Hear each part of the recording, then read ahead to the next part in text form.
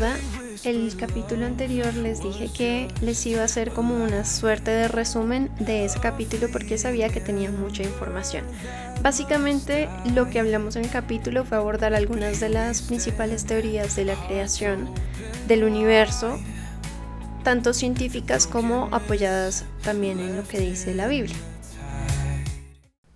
Y hablamos de muchas teorías, entre esas la primera, que vamos a mencionar solo pocas, es la de la generación espontánea de Aristóteles. Lo que él defendía era que los seres humanos habíamos aparecido de repente, espontáneamente en el universo. Por eso el nombre de esta teoría. Para comprobar si la teoría de Aristóteles era o no real, se hizo un experimento inicial a través de un científico que trató de probarlo mediante un caldo. Entonces tapaba el caldo y luego lo ebullía.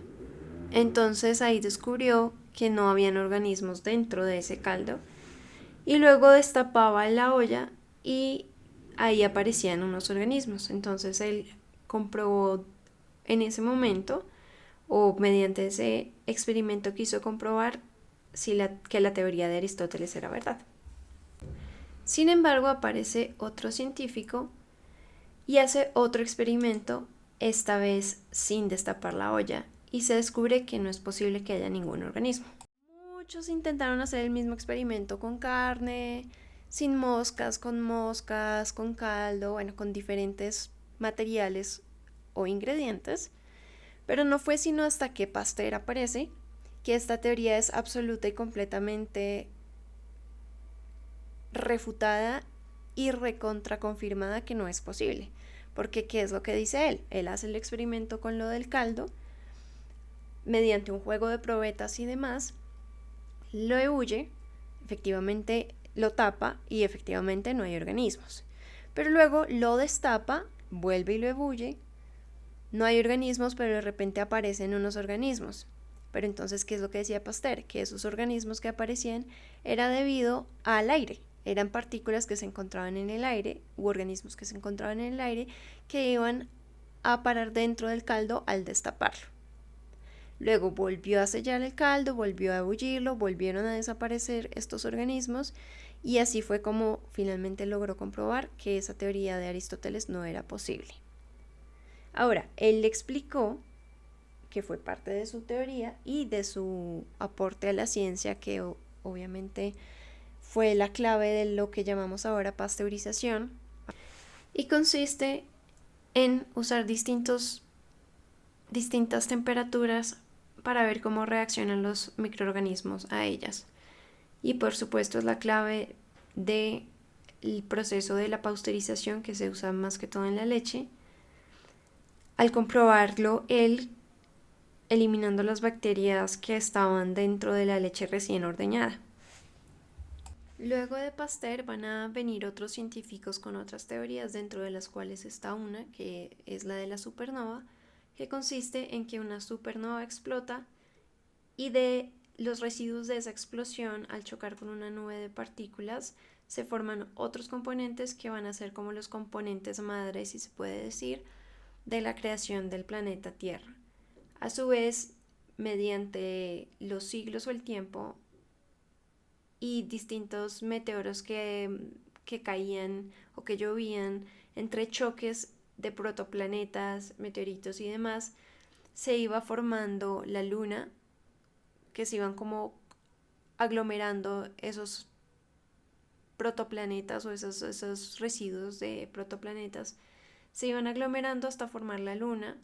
Y asimismo de la nube de partículas se desarrollaba el helio, y el helio se desarrollaba el magma, que es como el centro del planeta Tierra, y de esos residuos entonces también se empieza, mediante el choques y demás, empieza a formarse el Sol. Eso es lo que dice esa otra teoría. También hay otra teoría que existió hace bastantes años atrás, que se trataba de que un meteorito caía en la Tierra y dentro de ese meteorito había ADN alienígena y que todos los seres humanos compartíamos ADN alienígena, que los alienígenas, digamos, se volvían parte de la Tierra y se, digamos, procreaban con los nativos de acá de la Tierra y así creaban una nueva raza de gigantes. Esta teoría volvió a tomar fuerza de unos años para acá a raíz del programa o de uno de los participantes del programa de alienígenas ancestrales, que seguramente lo habrán visto, en donde exploran distintas cosas que les llevan a creer que esta teoría puede ser real o no.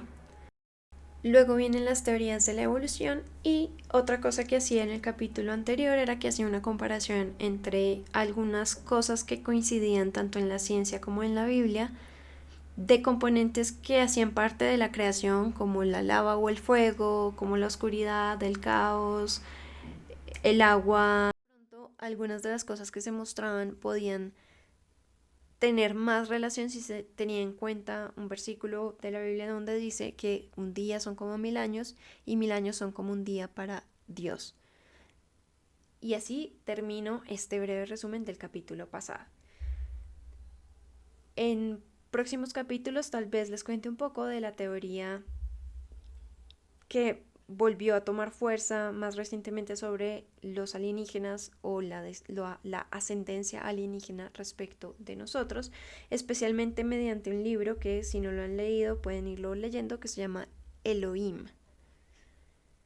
Esta teoría tomó mucha fuerza en Europa, pero pues finalmente para lo que buscamos en este blog, que es hacer una comparación entre la ciencia y la religión, es algo que sin duda vamos a tener que tocar eventualmente. Entonces, pues en algún momento lo haremos. Eso es todo por hoy. Espero que les haya gustado este resumen. Nos estaremos viendo próximamente. Que tengan un muy buen día y nos vemos.